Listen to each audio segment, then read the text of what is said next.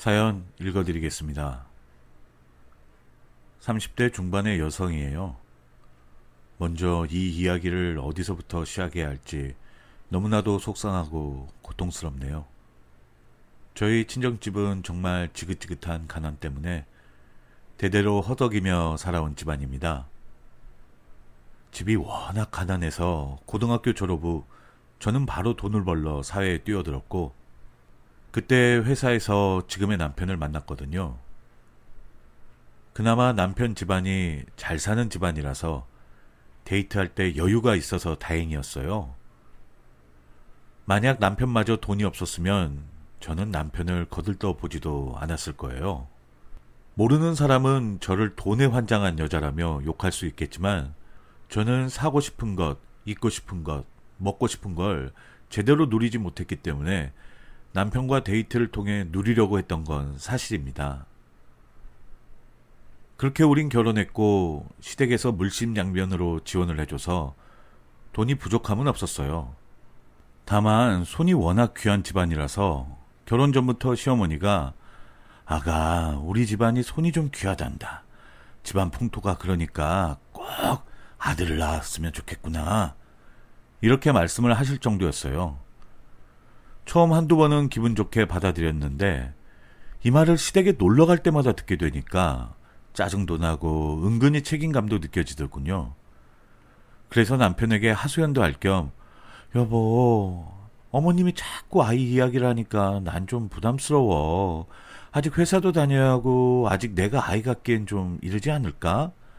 그랬더니 남편은 좀 섭섭하다는 듯이 당신 마음도 알지만 사실 우리가 이렇게 넉넉하게 사는 것도 아이 빨리 낳으라고 부모님이 배려해 주신 건데 일찍 아이 가지면 좋잖아, 안 그래? 이러는 겁니다. 사실 틀린 말은 아니죠. 시댁 부모님 덕분에 전셋집도 생겼고 중고기내도 차도 생겼으니까요. 그래서 더욱 부담스럽더군요. 어쨌든 온갖 약재란 약재에 영양제까지 챙겨주시는 겁니다. 거기에 아이 갖기 좋은 날까지 용한 점쟁이한테 받아오셔서는 새아가, 이 날이 딱 좋은 날이라고 하네. 이렇게 말씀하시니까 정말 대환장하겠더라고요. 이게 얼마나 부담인지 겪어보지 않으신 분들은 모르실 거예요. 할 수 없이 남편과 좋은 날에 뜨거운 밤도 가져보고 임신되는 약도 먹어보고 부적까지 베개 속에 넣어봤는데도 이상하게 아이가 안 생기는 거예요. 그리고 어느 날은 주말에 쉬고 있는데 시어머니가 불쑥 찾아오신 겁니다. 어머니 어쩐 일이세요? 오신다고 말씀이라도 하시지. 응, 지나가는 길에 너한테 줄 게 있어서 들렸단다. 저한테 주실 게 있다고요? 그랬더니 시어머니가 어디서 꼬깃꼬깃한 여자 속옷을 주시면서 이게 아들 셋 낳은 여자 속옷이야. 이러는 거예요. 이게 무슨 미신인지 참 어이가 없더군요. 시댁은 아이를 원했고 웬만하면 아들을 낳으면 좋겠다는 분위기였어요. 저도 그 기대에 부응하기 위해 남편과 부단히 노력을 했고요. 하지만 영 시원치 않아서 고민을 하니까 친정엄마가 혹시 둘 다 몸에 문제 있는 거 아니니? 병원에 한번 가봐. 이러시더군요. 그래서 남편과 함께 병원에 가서 검진을 제대로 받아봤습니다. 근데 결과를 보고 나서 정말 충격을 받았죠. 불행 중 다행으로 저는 문제가 없지만 남편이 문제였어요. 밤마다 마음 졸였던 세월이 바보같이 느껴지더군요. 어쨌든 모든 사실을 시댁에 알렸고 그때부터 시부모님들은 난리가 났습니다. 하긴 그럴 만도 했죠. 대를 이을 아이가 중요했는데 더 이상 그럴 수가 없었으니까요. 저야 시댁에서 어떻게 해야 할지 의견만 기다리고 있었죠. 사실 제 입장에서 할 수 있는 게 없었으니까요. 그랬더니 어느 날 남편이 할 말이 있다는 거예요. 그러더니 제 손을 꼭 붙잡고 자기야, 사실은 부모님하고 진지하게 이야기해봤는데 그 요즘 정자 기증받아서 일본에서 출산한 그 일본 여자 연예인 있잖아. 그 사람처럼 우리도 기증을 받으면 어떨까? 이러는 거예요. 오히려 남편이 먼저 이런 이야기를 꺼내니까 마음은 한결 편하더군요. 그래도 누군지 모르는 사람의 씨를 받는다는 게 마음에 좀 걸리더라고요. 그랬더니 남편이 하는 말이 뭐 어때? 지금 우리가 그런 걸 가릴 처지는 아니잖아. 그리고 부모님도 다 허락했어. 괜찮아. 이러는 겁니다. 그 깐깐한 부모님이 허락을 했다는 게 믿기질 않는 거예요. 그래서 혹시나 하는 마음에 시어머니에게 전화를 걸었더니 어머님이 하시는 말씀이 그래 우린 난 괜찮으니까 어차피 며느리가 낳은 아이니까 우리 가족이나 마찬가지잖니 이러시는 거예요. 거기다가 이참에 너희 친정에 선물도 하나 드릴까 생각 중이란다. 지방에 그 3층짜리 빌딩 하나 있는 거 있지? 그거 거기서 나오는 월세 관리를 사돈 어른이 앞으로 하시면 어떨까?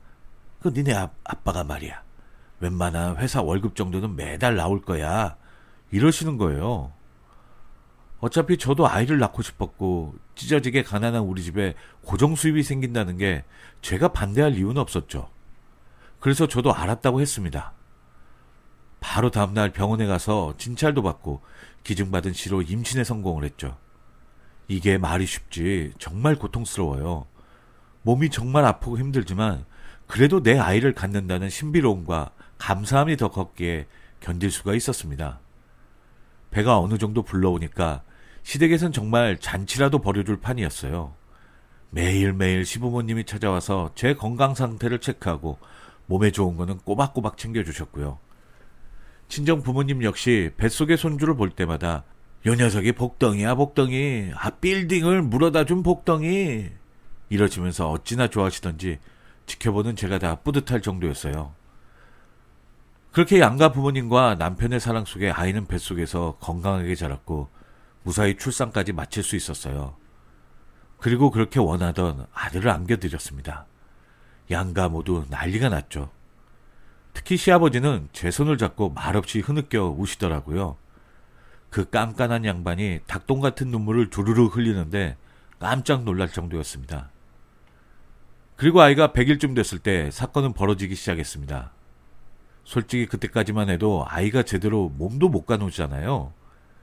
늘 옆에서 지켜봐줘야 하니까 게다가 밤마다 우는 통에 잠을 못 자니까 없던 정신병도 생길 것 같더라고요.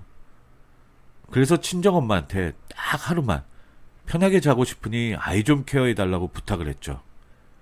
그리고 남편에게도 이 사실을 이야기했더니 남편이 펄쩍 뛰는 거예요. 아니 귀한 우리 아이를 장모님한테 왜 맡겨? 차라리 하루 푹 자고 싶으면 우리 엄마 보고 오시라고 그래. 그놈의 귀한 아이라는 말 지겹더군요. 남편 집안에서 보면 대를 이을 아이니까 귀하겠지만 솔직히 우리 집안에서 보면 여러 손주 중에 하나거든요. 귀한 자식 귀한 자식 하도 이렇게 이야기하니까 오히려 저도 반감이 생기는 거예요. 그래서 소리를 꽥 하고 질렀습니다. 그리곤 알았으니까 어머니 보고 아이를 구워 먹든 삶아 먹든 하라고 그래. 그 잘난 손주 데려가라고 그래. 이러면서 저는 방문 걸어 잠그고 잠들어 버렸습니다. 솔직히 남편이 저를 달래주면 방문을 열고 나가려고 했는데 노크도 안 하고 밖에서 아무 말도 없는 거예요. 그래서 조금 더 기다려볼까, 조금 더 이렇게 기다리다가 진짜 잠이 들고 말았죠. 그렇게 잠들고 나서 깨보니 8시간이나 푹 잤더군요. 아이 낳고 나서 이렇게 오랫동안 자보긴 처음이었어요. 저도 모르게 일어나서 밖에 나가보니 아이 방에서 시부모님과 남편이 수근수근 거리는 소리가 들리더군요. 그래서 무슨 이야기를 저렇게 나누고 있을까 궁금해서 살짝 엿들었는데 아이가 남편을 쏙 빼닮았다면서 서로 좋아하는 거예요. 아니 닮으면 나를 닮는 게 정상이지 왜 남편을 닮았다고 저러실까? 조금 의아하더군요. 그런데 시아버지의 한마디에 의심이 들기 시작했습니다. 우리 집안이 왼쪽 발바닥에 점이 하나 있잖니. 나도 있고 너도 있고. 근데 우리 손주도 봐라. 여기 점이 있어. 완전히 우리 집안 사람 맞네 맞아. 이러는 거예요. 이게 무슨 말일까 의심이 들었지만 일단 못 들은 척하고 다시 방으로 들어갔죠. 조금 있다가 다시 밖으로 나와보니 시어머니가 저를 한심하다는 눈빛으로 보면서 아이 있는 애가 그렇게 잠이 푹 자고 싶니? 이러시더군요. 그냥 대꾸도 안 했어요. 시어머니는 나도 늙어서 힘들지만 그래도 너가 힘들다고 하니 내일부터 내가 와서 아이를 돌봐주마. 그렇게 알고 있어? 이러는 겁니다. 진짜 미워 죽겠더군요. 그래도 어떡하겠어요. 제 몸이 너무 불편하니까 그냥 알았다고 했죠. 근데 자꾸 시아버지가 했던 발바닥 점 이야기가 뇌리에서 맴도는 겁니다. 설마 하는 마음에 아이 정기검진 간 병원에서 남편과 아이의 친자 확인을 몰래 해봤습니다. 그런데 검사 결과를 보고 너무나 깜짝 놀랐어요. 아이가 남편의 친자식으로 나온 거죠. 아니 어떻게 이럴 수가 있죠? 유전자 검사 결과표를 받아보곤 손발이 벌벌 떨리더군요.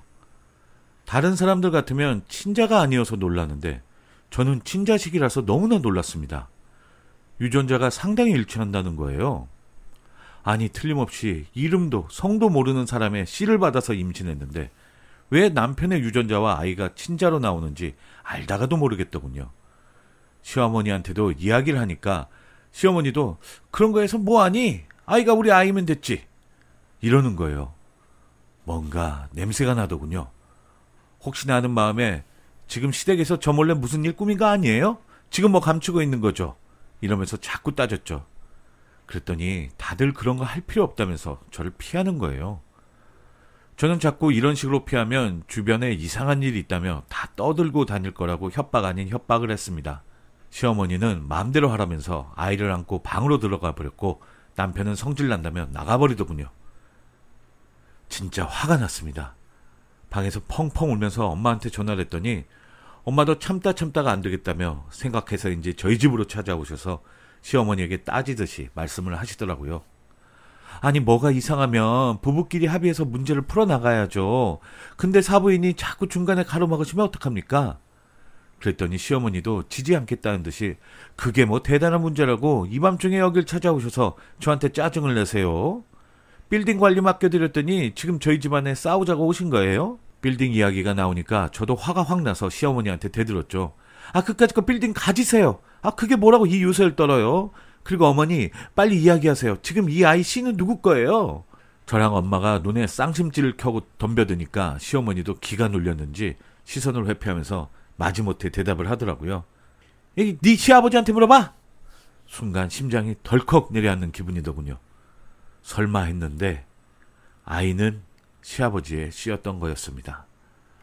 엄마는 그 이야기를 듣자마자 갑자기 시어머니 뺨을 후려치더군요. 한때는 시어머니 눈도 제대로 못 마주치고 기가 눌려있던 우리 엄마가 그래도 나를 위해 갑자기 힘을 내시는 거예요. 그러면서 시어머니 머리카락을 쥐어 뜯으면서 야 이년아 네가 우리 딸을 이렇게 무시해? 빌딩 도로 줄 테니 오늘 너는 내 손에 죽어봐. 이러면서 둘이 몸싸움을 벌이셨고 저도 왠지 농락당했다는 기분에 그 자리에 주저앉아서 계속 울었네요. 차라리 미리 이야기라도 해줬으면 제가 생각도 해볼 수도 있는 문제인데 그걸 자기들끼리 입을 맞춰서 저한테 일방적으로 임신을 하라고 한 거잖아요. 그런 사실을 생각하니 제 자신이 초라해 보이고 이놈의 집안이 너무나 미운 겁니다. 물론 남편이 바로 쫓아와서 무릎 꿇고 사과를 하더라고요. 그리고 다음날 시아버지가 찾아와서 저희 집 식구들한테 자초지종을 설명하더군요. 솔직히 다른 사람의 씨로 대를 이을 자신이 없었고 그래서 가족끼리 회의한 끝에 자신의 씨를 기증하는 걸로 했다는 겁니다. 그래서 제가 그럼 저한테 상의를 하셨어야죠 하면서 따지니까 어차피 이야기를 하면 안 들어줄 것 같아서 그냥 몰래 속였다는 거예요. 그 말이 정말 소름 끼치게 무섭더군요. 어떻게 됐냐고요? 당연히 남편과는 이혼 중입니다. 저를 기만하고 제 인권을 무시했으니 당연히 그런 사람과 한 입을 덮고 살 수는 없잖아요. 남편은 끝까지 합의는 안 된다며 그리고 이 아이는 누가 키우냐며 이혼을 거부하고 있는 상태고요. 양육권 때문에도 좀 시끄럽게 됐어요. 그리고 시부모님은 제가 고소한 상태예요. 저를 속였으니까요. 그리고 시아버지의 씨인 걸 알면서도 저에게 제공한 병원을 상대로도 고소를 준비 중입니다. 어떻게 보면 저라는 인격체를 두고 시댁 식구들이 완전히 사기를 쳤으니 법의 심판을 제대로 받게 해주고 싶어서요. 아이는 어떻게 됐냐고요? 당연히 엄마가 키워야죠. 물론 아이의 출생을 생각하면 소름 끼칩니다. 하지만 그래도 제가 10달간 뱃속에 품었던 자식이고 이 아이는 아무 잘못이 없잖아요. 단 1분도 제가 없으면 안 되는 작은 생명인데 출생이 어떻든 간에 제가 키우는 게 맞다고 생각해요. 저는 앞으로 슬기롭게 그리고 건강하게 아이를 키우려고 합니다.